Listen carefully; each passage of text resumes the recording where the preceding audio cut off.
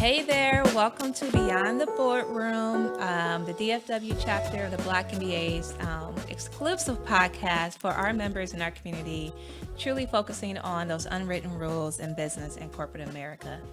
As a reminder, this podcast is truly curated for you, questions submitted by you. We get a lot of questions, and some of those we can address through larger formats like events, but sometimes we just need to chat, just have a little freestyle here and just talk through some things. And also just being mindful of, accessibility and making sure that we can deliver content to you. And so with that, I am so excited to welcome back our guest, Teri Ijeoma, who has, if you watched our last episode, gave us some really great insight into stocks during this pandemic time. And I hope by the time that we launched this podcast that things would have hopefully settled down by then. I'm Cherice Williams. I never introduced myself, but I'm Cherice Williams. I'm the president of the DFW chapter. Again, Teri Ijeoma. Yes. And then our other beautiful guest over there, Miss Meiko Temple. Hey. Meiko, what do you do? Oh. Meiko Temple. I'm the current VP of Marketing for the DFW chapter of National Black MBA. All right. That was a mouthful there. Okay. By the way, we're really goofy right now. So, and I breezed through Teri because Teri, I would love, again, our last episode was so informative. Again, reminder to please watch that. We didn't dig a lot into you, Teri, but I think it's important that we do in your journey into investing. So can you tell us, I asked you the last time to tell us 3 words. Do you remember those words? Millionaire stock trader. Okay, right. I want those words to be me one day, right? But just give us a little bit more about your background and how you got into investing. Sure. So I actually started investing I was introduced to investing back in high school. I did a program called LEAD. Have you ever heard of LEAD? Yeah. So LEAD is a program for, well, of course you know, but for sure I've heard of it. Okay. It's an acronym? It's an acronym. Mm-hmm. Okay, don't ask. Okay, I can't tell you. Right, don't ask me what it means. But it was your junior year going into your senior year of high school. Okay. They take students from around the country, and then you go to a business school. So I went to Kellogg, and they introduced us. They're minority students, so they introduced us to business. And this was my first intro to business. I thought I was going to be an architect. Oh, wow. But I was in Chicago, so they took us to the Chicago Board of Exchange, and that was my first introduction to stocks back in high school. And what was cool is that year, Google had their IPO. So they IPO'd at $83 a share. Girl, now they're up to like $1,200. I'm trying to age you now. Wait, hold on. You said I know, right?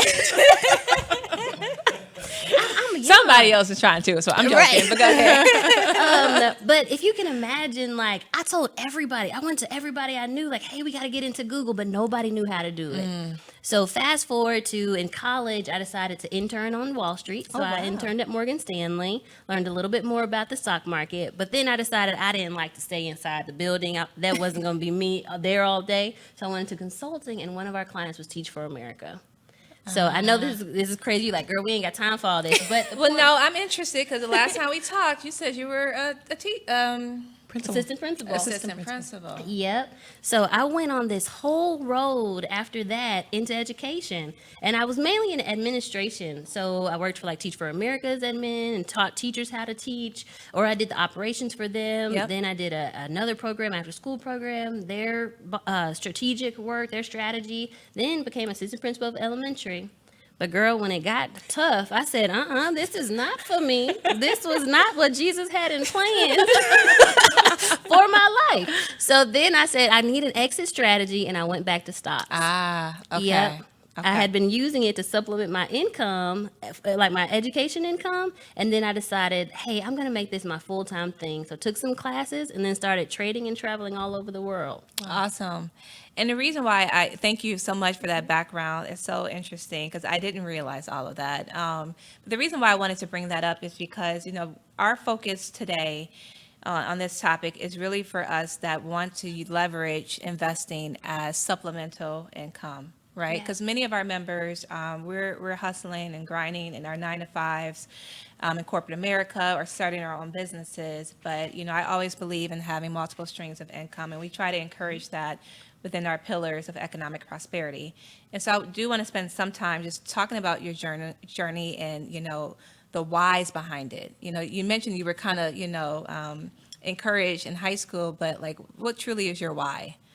My why is I never want to have a boss that can tell me I can't take vacation time. Mm-hmm. When I was in the school, I asked for vacation 3 times and my principal denied it. Mm-hmm. What's her name? I know, right? I won't put him out there like that. But that's my why. I want my freedom. And I figured out if I could just make $300 a day investing in the stock market, then I could replace my salary. Okay. And I know it sounds small. Sometimes I think we think we need these big, lofty numbers, like I got to make $1 million. But no, if you can break it down into small pieces, just $300 a day, that's actually $1,500 a week. That's $6,000 a month. That's good money by the end of the year, just by making $300 a day. And then you think about it, okay, if I had 300 shares of a stock that moves $1 a day, well, I just made my $300 by just having 300 shares of a good company. And so that's my why. And for me, I started really working on that. Okay, what do I need to do to generate $300? And it started growing into, now I can generate over $1,000 a day trading stocks. Interesting. Meiko, do you trade at all? I don't, and I feel like I need. I'm going to her class, by the way. I hope we plug it again during this episode. But no, I don't trade, and it's a topic that for me is very overwhelming, or it has been in the past. And so I just kind of like you said, plug it into whatever the company market fund is and let them do their thing. But to that point, for those of us who will never do this themselves, but still want to be active. And they're looking for an expert. I think there's a lot of people right now who are probably claiming to be experts that probably aren't. What are the right questions to ask to find and hire the right expert to manage your money? Teri, call me. Right, you could, but I would rather teach you how to fish than to do it for you. And I honestly think I'd rather teach you how to trade for yourself, because it really doesn't take that much time, especially if I teach you how to look at a chart. I think that's like one of the myths. People think it takes a lot of time because they're going to be doing all this research. Yeah. But if I teach you how to read a candlestick chart, you can do that in like 2 or 3 minutes and make a trade. You can do it from anywhere. You can do it on your cell phone, so you don't have to be staring at the computer. Like, I've been on the beach in Mykonos and made $20,000 because all you need is Can we get another amen? I mean. But all you need is your cell phone. Humble brag. So I'm trying to tell y'all like what the possibilities are. So I actually wouldn't even be able to give you questions to ask an expert. Okay. I'd say you have to learn how to do it That's yourself. Good. That's good. And the goal is what I teach my students in the trade and travel program. So I teach them that the goal is to make 1% of your cash amount a day. So say you had, let's start small. Say you had $2,000 in there. Your goal would be to make $20 a day. That's $100 a week. That's $400 a month. You're making your car payment now. Like, this is good money. Right, yeah. Now start amplifying that. Okay, at $10,000, I'm making $100 a day. And what if you don't even really need to make that much? Like, what if so 1% a day is 20% returns a month, which is excellent. That's like better than the stock market. So what if you're like, I don't even need that much. I just need maybe 10% a month.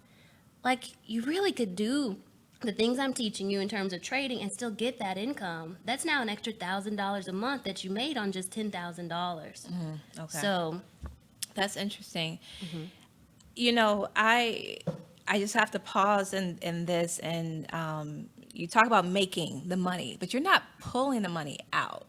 I am. You are? Yeah. Okay. So, like, when I was telling you I needed that $300 to replace my income, I needed that to pay bills, to actually pay for flights for my trips. So, right after I quit my job, I got to the point where I made $300 a day. Okay. Quit my job and then started traveling around the world. Like, I was in South Korea for a month, Thailand for a month. She over there like, wait, I just want to be you one day. But I had expenses. Like, right. This was my job. So as I made the money in my trading account, you hook it up to your regular account and you just do a balance transfer. So I make the $300, then I move it over, and now in my account I could use that I paid off $17,000 of my student loan debt. Like, I paid off my student loan debt with it. I mean, you're my shero. Thank you. But yeah, you can pay for debt, you can travel. I also am paying down my mortgage with it. So like all these things that we want to do, you can learn how to do that with your actual cash. Like make that cash work for you. Okay. Wow. Look at Meiko over there. I'm inspired. I'm inspired. She might follow you home. In your earlier example, you said, your students start with 2000 and you start to make money. You teach them how to, you teach them how to fish. If I am just starting getting into this, what is that kind of beginning capital amount that you recommend in an ideal scenario to start with? Great question. So I use a broker called TradeStation. To open the account, you have to have $500 to fund the account, but then they have a simulated account where you can actually practice trading. I encourage my students start with the 500 and then practice in the sim doing all the things that I'm teaching. As you become a better trader in the simulated account, then you can start putting more money into your real account. And because we're looking at that 1% of cash amount a day, you can then start deciding, well, how much cash do I need to meet my goals? If I just want to make, $100 a week, I only need like $2,000 to $3,000. But if I want to really replace my income, then you can start pushing up your cash amount. That make sense? Yeah, makes sense. 500, you got that? Yeah, I'm gleaning, okay? I'm getting as much as I can. But I'd no, love to have you guys in the class. look, can I get a discount for the class? I'm joking. But no, this is actually super helpful because, again, we're in the midst of going through a pandemic, and many project that, recession is therefore on the way, if not here, right? And so we know that many of our members are frankly working from home. But some of our members may be unemployed, or have to face that. And so I do think it's important that we arm you guys with tools to get started and prepare. We don't know how long this is going to end. I mean, I know exactly where I was 2006, 2008, when, in fact, I was in grad school. Broke. You're like, I remember the ramen noodles. I was in high school. Shoot, I could have been out here, not eating Burger King dollar menu, but here I am. I made it. So I made it. That's my song. We're going to go on a tangent here. Let's keep going. Okay. The question, you mentioned, teaching people how to fish, right? I think that's the analogy you use. But many of us have our money in this 401k bucket, right? It has like a name and a number on it, depending on when you want to retire, right? That's frankly us giving our power somewhat to someone else, right? Like, are you recommending we do things differently? Or help me understand that one, because that's definitely the situation I'm in right now. Yeah. So when I actually started, I used the money in my 401k. And many of us have had jobs that we left in the past. So what I suggest is, or this is what actually I should have gave a disclaimer. So investing in the stock market is at your own risk. I'm just giving you education and what I personally do in my own life. But she makes a lot of money, apparently, right? Yes, I do. This is true. But so how I started with mine was, how you can put into your 401k and then the company gives a match? Yep. Well, every company that I was a part of, I would give the maximum amount to that match amount. So if they said, 5% of your income will match, I would make sure I gave up to that 5%. And that left me with, because then I ended up moving jobs. But, after you leave a job, you can move the 401k. Right. So that left me with some good amount of money. Like, I think it was like $16,000 in one account and maybe $10,000 in another. But when I left those, I rolled them over into a self-directed IRA account. That allows you to trade the money, but it's still a retirement account. So that's where I started practicing while I was still a teacher. I practiced with my money that was in my self-directed IRA, became a good trader with that money, and that gave me the confidence to eventually jump out on my own. And then when you do leave, I will say a lot of people are afraid of the fees, but if you know that the fee to take this money out is 10%, but I as a trader can make more than 10%, then you sometimes just have to bet on yourself. And yes, you may have to pay a fee for taking it out early, but you also can think about right now with taxes, there's some different things in the tax code, and I won't pretend to be an accountant, but sometimes say you did education that year, you can say that you took that money out of retirement and used it for your education and you won't have to pay a fee. So there's some ways to kind of still get that cash down the road and not have to pay as many fees. You said something that I want to pause on for a hot second. And you said a lot. So I want to go back a little bit because you said, and I don't know exact words now, but it was around like doing like a trial and error, with some money, right? What was the exact phrase you used? Yeah. Well, yes, I traded with my self-directed IRA until I got Practice. good. You said practice. Yep. And I think that's important. For me, I to be honest with you, I just think, okay, I got to be sharp on this. I got to know what I'm doing. Let me jump in, or let me, hold back and make sure I know what I'm doing. But you can practice. You can practice. And the simulated account I was telling you about, like it looks just like a portfolio. You can set it to the cash amount you want to trade with and just practice. Practice until you're good with fake money or with your IRA. Because you can't touch that money until you're 65 anyway. So practice with it, and then you can do it with some real cash. All right. Well, let's just take a little break here. If you listen to our podcast, we take a little music break. There's no live performances, I don't think. We'll see what comes up. So when we think about, money, like what song represents your approach to money? I'm really curious, Ms. Millionaire, trade, investor, baller. Okay, y'all. So y'all know people don't know the names of real songs. So all I knew is the humming and then the dun dun dun dun dun. I make money moves. Dun dun dun. Right? Yeah. That's the one. That's it. Who's the artist? Cardi B. Cardi B. Mm-hmm. Okay. Money moves. Yes, that's No. No, it's called Bodak something. Bodak. Bodak. Yeah, I don't know why she named the song that. She should have just went with I think Money we're older Moves. millennials here. Why was she so creative with the title? Bodak, yellow. Okay, Meiko, you're next. Well, I share that this is not a comfortable topic for me. It's a little strange, a little out there. So I feel like right now I'm willing to do some strange things for some change. So the song I would pick is For the Love of Money. And that's by, what is Levert?